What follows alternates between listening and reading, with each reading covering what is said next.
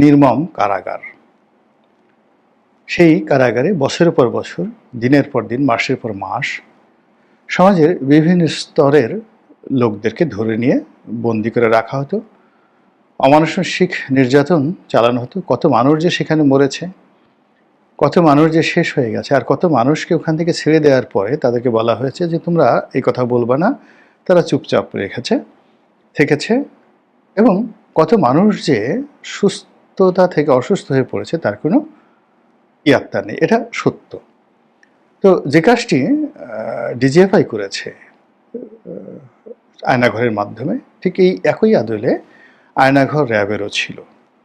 আবার ডিবি অফিসে গিয়ে ডিবির বিভিন্ন সেফ হোমে বছরের পর বছর আটকে রেখে তারপর আওয়ামী লীগের যে সকল আওয়ামী লীগ নামধারী আওয়ামী পুলিশ তারা যেভাবে জঙ্গি নাটক সাজাত, ধরুন সেই সাতকানিয়া থেকে, লোহাগড়া থেকে কিংবা নোয়াখালী থেকে 5 বছর আগে, 3 বছর আগে একজন মাদ্রাসার ছাত্রকে ধরে রেখেছে, তো তাকে বন্দি করে রেখেছে। এরপর 5 বছর পরে দেখা গেল যে কলাবাগানের বা হাটহাজারীর কিংবা চট্টগ্রাম শহরের কোনো একটা মাদ্রাসাতে তারা বোমা ফাটালো, পুলিশি বোমা ফাটালো।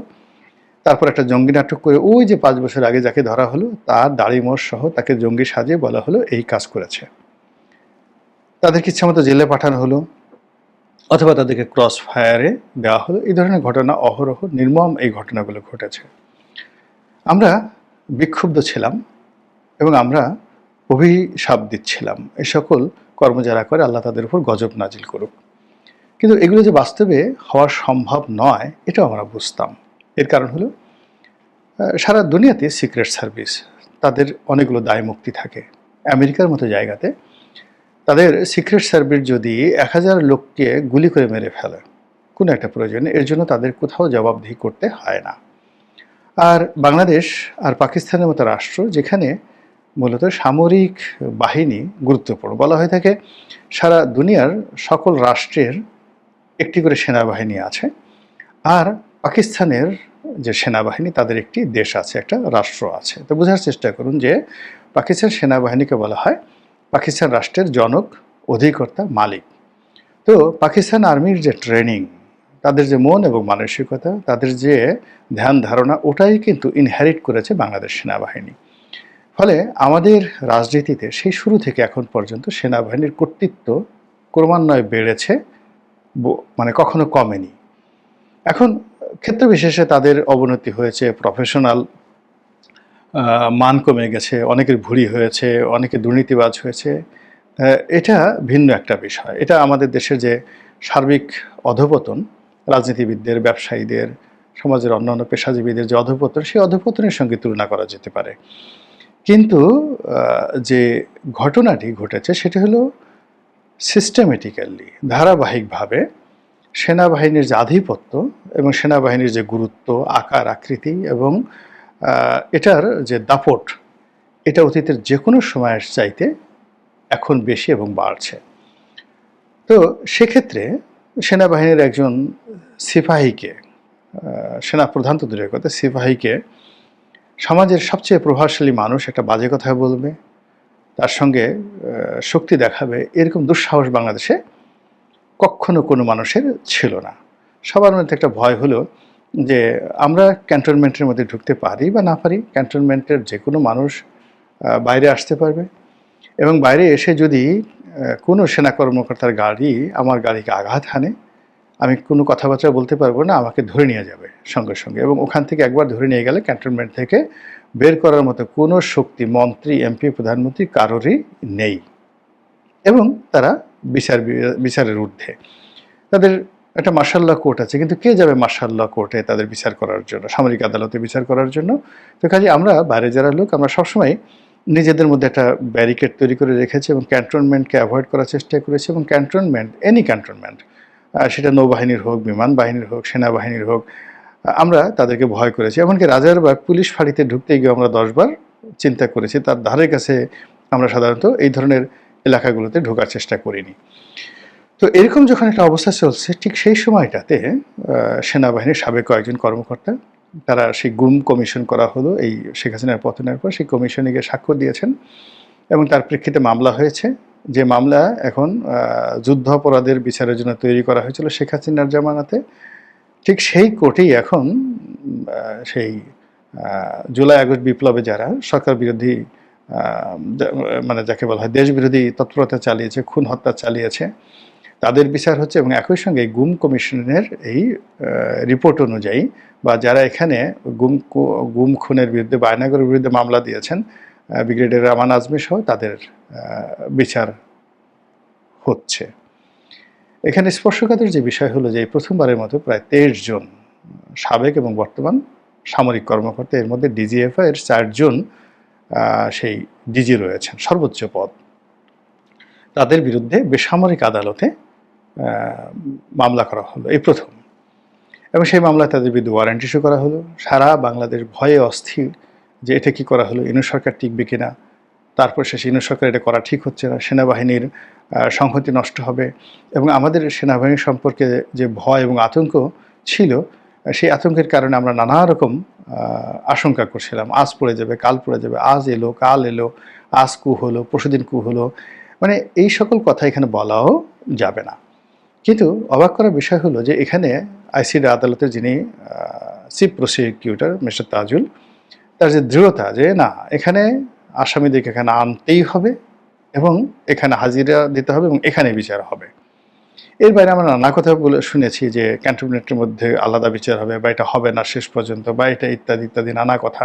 কিন্তু আলটিমেটলি আজকে এই ভিডিও যখন করছি, আজকের সকালের খবর হলো এই আসামিদেরকে আনা হয়েছে এবং তাদেরকে কারাগারে পাঠানোর জন্য কোর্ট থেকে নির্দেশনা জারি করা হয়েছে। এটা হলো প্রথম খবর।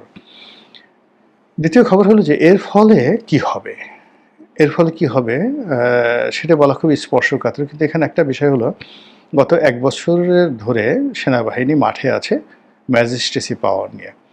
তো অতীতে সেনাবাহিনী সম্পর্কে মানুষের যে ভীতি ছিল বা সেনাবাহিনী যেভাবে আইন শৃঙ্খলা রক্ষা করার ক্ষেত্রে খুবই গুরুত্বপূর্ণ ভূমিকা পালন করেছিল, এইবার আসলে সেটা তারা পারছে না। এখন এটা কি তারা ইচ্ছে করে করছে না নাকি পরিস্থিতির কারণে তারা পারছে না, সেটা কেবলমাত্র তারাই বলতে পারে। বাস্তব অবস্থা হলো যে এখন পুলিশ, সেনাবাহিনী এবং আনসার রাস্তায় দাঁড়িয়ে ডিউটি করে এবং জনগণ এই 3টি বাহিনীর মধ্যে আলাদাভাবে সেনাবাহিনীকে ভয় পাবে, তাদেরকে সমীহ করবে, মর্যাদা করবে। এই পরিস্থিতি এখন বাংলাদেশে নাই। এটা হলো রিয়ালিটি। এর বাইরে যদি কেউ বলে এটা তেল মারা কথাবার্তা হবে। দ্বিতীয়ত যে সেনাবাহিনীর বিরুদ্ধে কোনো বেসামরিক আদালতে মামলা করা যাবে না, বিচার হওয়া যাবে না, এই যে একটা মিথ ছিল, একটা কনভেনশন ছিল, একটা আইন ছিল, মানে এখানে 3টে জিনিস, অর্থাৎ একটা মিথ, একটা কনভেনশন এবং একটা আইন।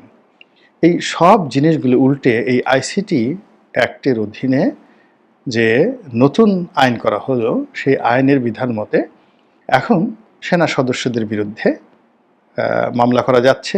আর এই আইসিটি কোর্টে মামলা হওয়া মাত্রই সঙ্গে সঙ্গে তারা চাকরিচ্যুত হচ্ছে এবং সেটা এই বর্তমান সরকার বাস্তবে করে দেখিয়েছে। ফলে যদি ক্ষমতার দিক থেকে বলেন, আমরা ডক্টর মোহাম্মদ ইউনূসকে নানাভাবে সমালোচনা করছি, তার ব্যর্থতা নিয়ে নানা রকম কথা বলছি, কিন্তু বোঝার চেষ্টা করুন, আমরা তাকে যে আন্তর্জাতিক খেলোয়াড় বলি, একজন পাক্কা খেলোয়াড় বলি, তিনি কিন্তু ধীরে সুস্থে তার সকল খেলাগুলো অত্যন্ত সুকৌশলে তিনি 100% সেই খেলাগুলো খেলে দিয়েছেন। এখন আমাদের দেশে আইন শৃঙ্খলার অবনতি হতে পারে, এটা তিনি এভাবেই চাচ্ছেন। অর্থনৈতিক আমাদের নিয়ে কারো অভিযোগ আছে, হতে পারে তিনি হয়তো এভাবে চাচ্ছেন। কিন্তু তিনি যে কাজগুলো হাসি মুখে কোনো রকম কথা না বলে, শব্দ না করে তিনি ইতিমধ্যে যে কাজগুলো করেছেন, এটা বাংলাদেশে কেউ পারেনি। জিয়াউর রহমান সাহেব পারেননি, এরশাদ পারেননি, শেখ হাসিনা, বেগম খালেদা জিয়া, তারা কেউ পারেননি। তত্ত্বাবধায়ক সরকার 111, মঈনুদ্দিন, ফখরুদ্দিন কেউ পারেননি। আপনি ধরুন আওয়ামী লীগের নেতাদেরকে যেভাবে তিনি গ্রেপ্তার করেছেন এবং আদালতে উঠানোর সময় যেভাবে তাদেরকে হাত করা পড়িয়েছেন এবং উঠানোর সময় যেভাবে মব তৈরি করে তাদেরকে অপমান করা হয়েছে, শিক্ষা দেওয়া হয়েছে, ভয় সৃষ্টি করা হয়েছে, ডিম মারা হয়েছে, লাথি, গুতা, ফ্লাইং কিক মারা হয়েছে, এই ঘটনা বাংলাদেশে কেউ ফেরেছে? মঈনুদ্দিন, ফখরুদ্দিন ফেরেছে? কাজেই এটা তো তার একটা সফলতা। আওয়ামী লীগের লোকজন এখন হাত করা দেখলেই ভয় থরথর করে কাঁপে।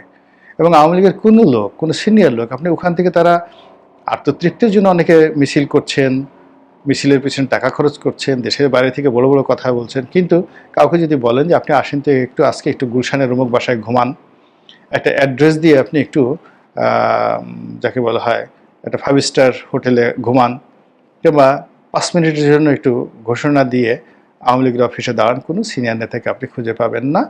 আওয়ামী লীগের মধ্যে এই ভয় ডক্টর মোহাম্মদ ইউনূস ঢুকিয়ে দিয়েছেন। This is the first.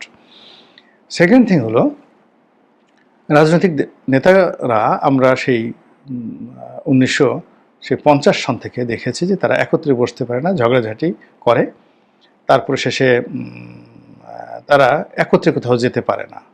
কিন্তু এই গত 14 মাস ধরে ডক্টর মোহাম্মদ ইউনূস যে কয়বার ডেকেছেন, সমস্ত রাজনৈতিক দলগুলো হুড় হুড় করে তিনি সবাইকে পেয়েছেন এবং হুড় হুড় করে সবাই তার দরবারে ঢুকেছে। আবার ধরুন